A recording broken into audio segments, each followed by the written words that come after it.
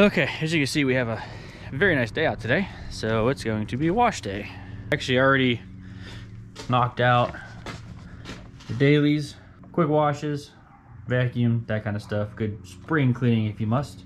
We're gonna give this one just a decent bath. Interior is actually good on it. I just pretty much had everything out and put back in, so basically just washing that, and then we're gonna back her out and give her a good wash. As you can see, she's looking pretty rough. After that, we're gonna get Brad to put back in here and work on taking the back bumper off, replacing that crash bar, and start doing some of the undercoating on it.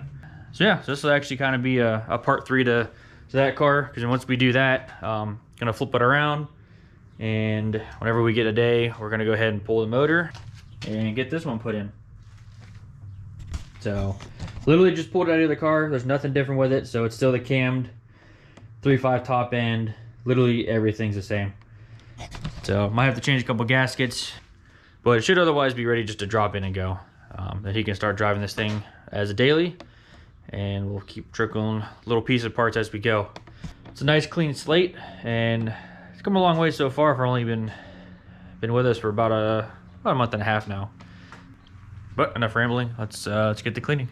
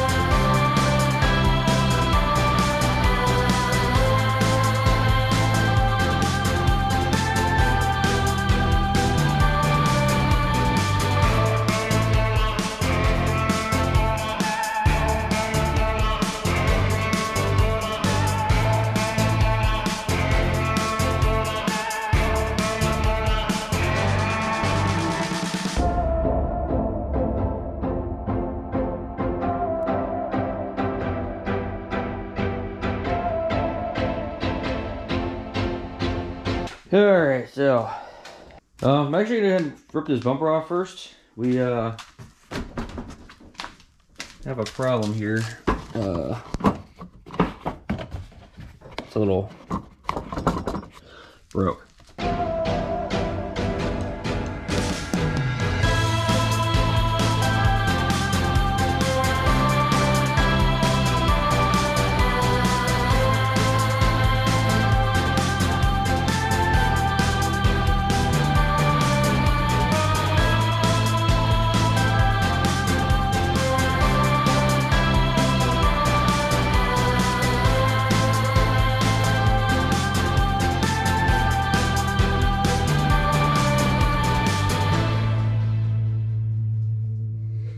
Alright, well, Tell you what's broke, so we can actually save the fog lights. That's cool. Just gotta get a crash bar.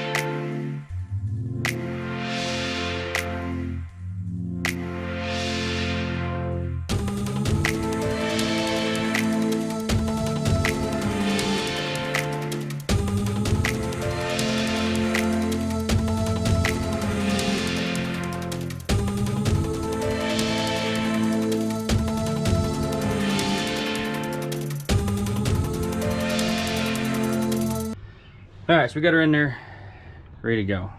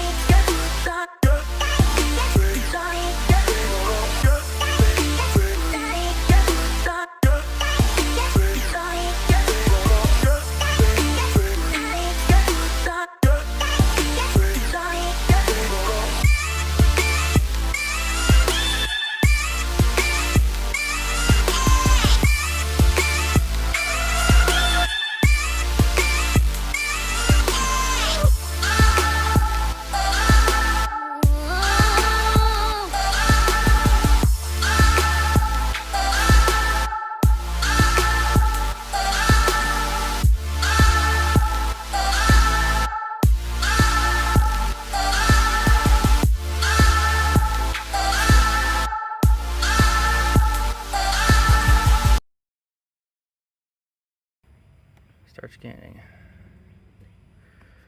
Okay. Everybody looks like it's reading. Let's see what happens. Let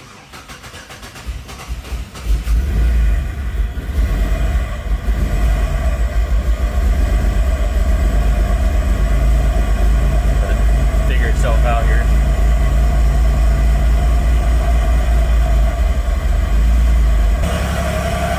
Okay. Good. I don't like that. What's this showing? Yeah, it looks like a vacuum leak. That's badass, dude.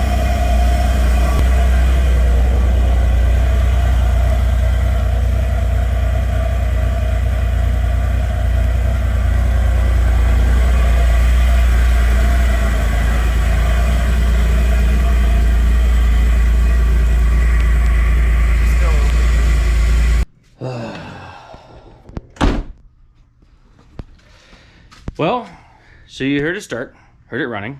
It was actually running really good. The only thing was once it warmed up to a good operating temperature, the cam did not like the idle. So I had just written that tune on this car. So I went ahead, tweaked the idle, went to rewrite it again, and the PCM locked up on me. Not sure why. I thought I was on to what I thought was wrong, and everything points to there being a problem with the OBD port on this car. Still doesn't make sense because I can hook up my Snap-on scanner and read everything just fine. I actually had another PCM on my desk. I went ahead and was able to write onto it with DHP. So I took an OSID from a 2002, like a stock tune, put it on there, changed the VIN to this car, and mind you, I did this all on the desk with my bench harness. Went ahead, throw it in the car, let it do the relearn.